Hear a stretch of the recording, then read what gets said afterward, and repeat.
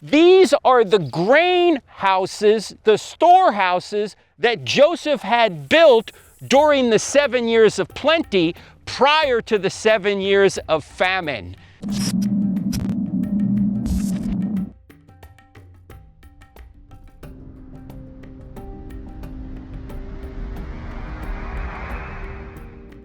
We're about 100 kilometers southwest of Cairo. And what you see behind me is a canal, a branch of a canal that was actually built by Joseph, the Joseph of the Bible. This branch, along with the main canal, was known from ancient times. The earliest name we know about, the canal was called Joseph C. The entire project was a 180-mile canal that got up into this area and branched out. And this is one of the branches of that canal. That canal was built because Joseph knew a famine was coming. And so what he did was he created this area that could produce food and water for a lot of people and store the grain.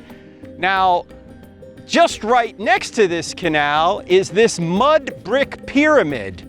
This pyramid was of unknown origin until 1968, when a Polish team of archaeologists came here and discovered that bricks inside it were stamped with the name 𝗧𝗔𝗫𝗗𝗘𝗏 𝗧𝗔𝗫𝗃, that name meant to the invisible God. 𝗧𝗔𝗫𝗃 was the last of the 3 pharaohs under which Joseph served way back in the 12th dynasty of Egypt. That's about, say, 1800, 1900 BC. If you look further toward this area where all those people are walking, have been discovered a number, thousands actually, of storehouses of grain.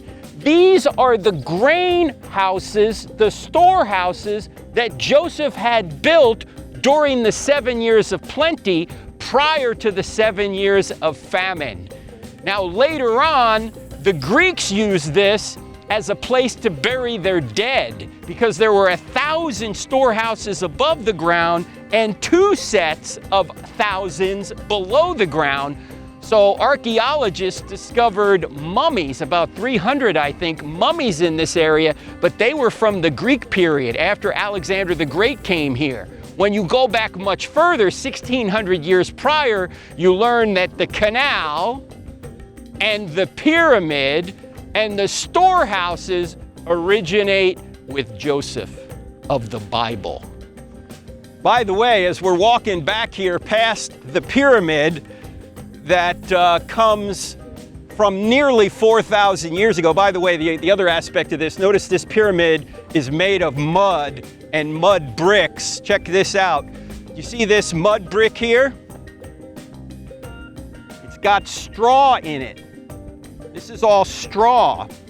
The way they made these mud bricks was with straw.